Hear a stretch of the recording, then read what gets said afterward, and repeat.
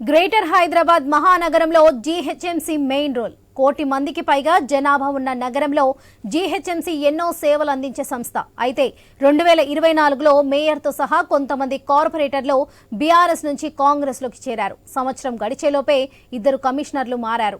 ఎప్పటిలాగే వివాదాలు జీహెచ్ఎంసీలో చుట్టుముట్టాయి.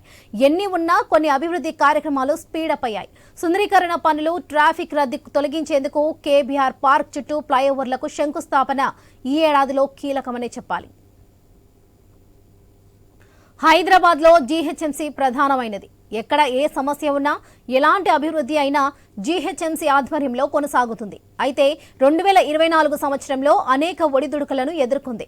రాష్ట్రంలో కాంగ్రెస్ ప్రభుత్వం వచ్చాక అప్పటి వరకు బీఆర్ఎస్లో కొనసాగిన mayor Gadwal Vijayalakshmi, deputy mayor Mothe Srilatha Reddy ఇద్దరు బీఆర్ఎస్కు గుడ్ బై చెప్పి కాంగ్రెస్లో జాయిన్ అయ్యారు. పలువురు కార్పొరేటర్లు సైతం బీఆర్ఎస్ను వీడి హస్తం గుటికి చేరారు. అలాగే పరిపాలన పరంగా చాలా కీలకమైన కమిషనర్ల విషయంలో కొంత గందరగోళం ఏర్పడింది. ఏడాది ఆరంభంలో జీహెచ్ఎంసీ కమిషనర్గా ఉన్న రొనాల్డ్ రోజ్ ఎన్నికలను సమర్థవంతంగా నిర్వహించారు.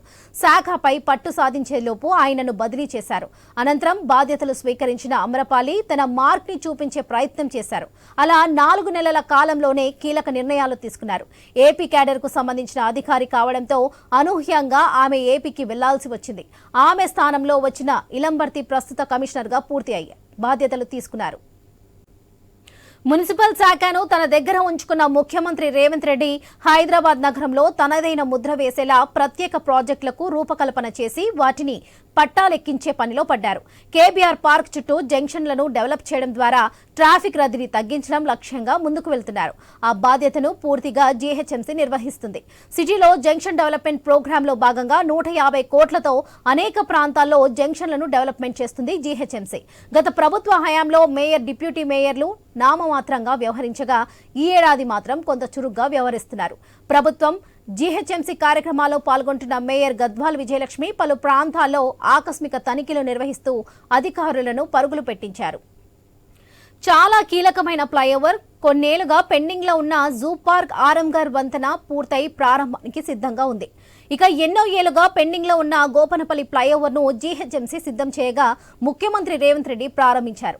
150 కోట్ల రూపాయలతో చేపట్టిన కూడల సుందరీకరణ పనులు 80% పూర్తయ్యాయి. ఇక అతి కీలకమైన కేబీఆర్ పార్క్ చుట్టూ పై వంతెనలు, అండర్ పాస్లకు ఈ ఏడాది మోక్షం లభించింది. మొత్తం మీదుగా 1200 కోట్ల రూపాయలతో ఈ నిర్మాణాలు రానున్నాయి. ఇప్పటికే వీటి పనులకు శంకుస్థాపనలు జరిగాయి. టెండర్లను కూడా పిలిచారు. వచ్చే ఏడాది ఈ పనులు వేగవంతం కానున్నాయి. అలాగే ప్రభుత్వం ప్రతిష్టాత్మకంగా చేపట్టిన కుటుంబ సర్వే సమర్థవంతంగా నిర్వహించారు అధికారులు.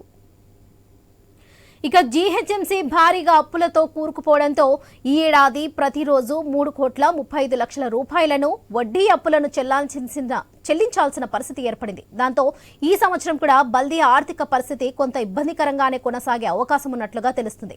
పూర్తి స్థాయిలో కేంద్ర, రాష్ట్ర ప్రభుత్వ గ్రాంట్లు వస్తే తప్ప ఆర్థిక పరిస్థితి మెరుగుపడే అవకాశాలు కనిపించడం లేదు.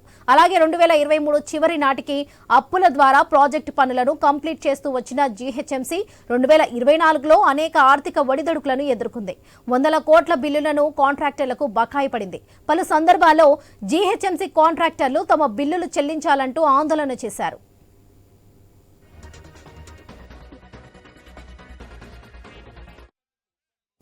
ఇక జీహెచ్ఎంసీ ఉద్యోగులకు సైతం పలు సందర్భాల్లో వారం 10 రోజులు ఆలస్యంగా జీతాలు జమ చేశారు బల్దియా అధికారులు. 2024 సంవత్సరంలో జీహెచ్ఎంసీ అనేక ఆర్థిక ఇబ్బందులు ఎదుర్కొంది. వచ్చే ఏడాదికి 8,440 కోట్లతో భారీ బడ్జెట్ ను సిద్ధం చేశారు అధికారులు. త్వరలో ఈ బడ్జెట్ కు పాలక మండలి గ్రీన్ సిగ్నల్ ఇవ్వనుంది. ఇక ఈ ఏడాది పకడ్బందీగా మరింత ముందుకు వెళ్లి జీహెచ్ఎంసీలో ప్రజలకు మెరుగైన సేవలు అందించేందుకు కమిషనర్. గ్రేటర్ హైదరాబాద్ మహానగరంలో జీహెచ్ఎంసీ మెయిన్ రోల్. కోటి మందికి పైగా జనాభా ఉన్న నగరంలో జీహెచ్ఎంసీ ఎన్నో సేవలు అందించే సంస్థ. అయితే 2024లో మేయర్తో సహా కొంతమంది కార్పొరేటర్లు బీఆర్ఎస్ నుంచి కాంగ్రెస్లోకి చేరారు. సంవత్సరం గడిచేలోపే 2 కమిషనర్లు మారారు. ఎప్పటిలాగే వివాదాలు జీహెచ్ఎంసీలో చుట్టుముట్టాయి. ఎన్ని ఉన్నా కొన్ని అభివృద్ధి కార్యక్రమాలు స్పీడప్ అయ్యాయి. సుందరీకరణ పనులు, ట్రాఫిక్ రద్దీ తొలగించేందుకు కేబీఆర్ పార్క్ చుట్టూ ఫ్లైఓవర్లకు శంకుస్థాపన ఈ ఏడాదిలో కీలకమనే చెప్పాలి.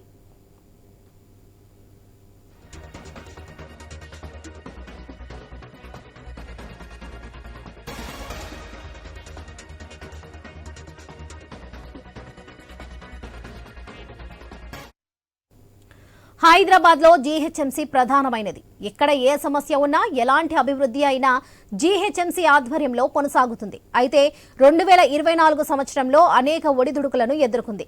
రాష్ట్రంలో కాంగ్రెస్ ప్రభుత్వం వచ్చాక అప్పటి వరకు బీఆర్ఎస్ లో కొనసాగిన mayor Gadwal Vijayalakshmi, deputy mayor Mothe Srilatha Shobhan Reddy ఇద్దరు బీఆర్ఎస్ కు గుడ్ బై చెప్పి కాంగ్రెస్ లో జాయిన్ అయ్యారు. పలువురు కార్పొరేటర్లు సైతం బీఆర్ఎస్ ను వీడి హస్తం గుటికి చేరారు. అలాగే పరిపాలన పరంగా చాలా కీలకమైన కమిషనర్ల విషయంలో కొంత గందరగోళం ఏర్పడింది. ఏడాది ఆరంభంలో జీహెచ్ఎంసీ కమిషనర్ గా ఉన్న రొనాల్డ్ రోజ్ ఎన్నికలను సమర్థవంతంగా నిర్వహించారు. శాఖపై పట్టు సాధించే లోపు ఆయన బదిలీ చేశారు. అనంతరం బాధ్యతలు స్వీకరించిన అమ్రపాలి తన మార్క్ ని చూపించే ప్రయత్నం చేశారు. అలా 4 నెలల కాలంలోనే కీలక నిర్ణయాలు తీసుకున్నారు. ఏపీ క్యాడర్ కు సంబంధించిన అధికారి కావడంతో అనూహ్యంగా ఆమె ఏపీకి వెళ్లాల్సి వచ్చింది. ఆమె స్థానంలో వచ్చిన ఇలంబర్తి ప్రస్తుత కమిషనర్ గా పూర్తి స్థాయి బాధ్యతలు తీసుకున్నారు.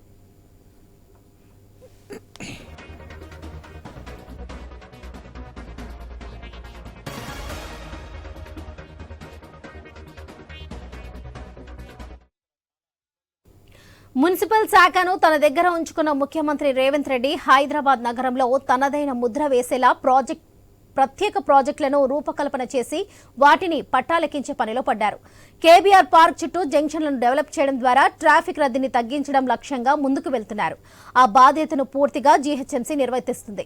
సిటీలో జంక్షన్ డెవలప్మెంట్ ప్రోగ్రాంలో భాగంగా 150 కోట్లతో అనేక ప్రాంతాల్లో జంక్షన్లను డెవలప్మెంట్ చేస్తుంది జీహెచ్ఎంసీ. గత ప్రభుత్వ హయాంలో మేయర్, డిప్యూటీ మేయర్లు నామమాత్రంగా వ్యవహరించగా ఈ ఏడాది మాత్రం కొంత చురుగ్గా వ్యవహరిస్తున్నారు.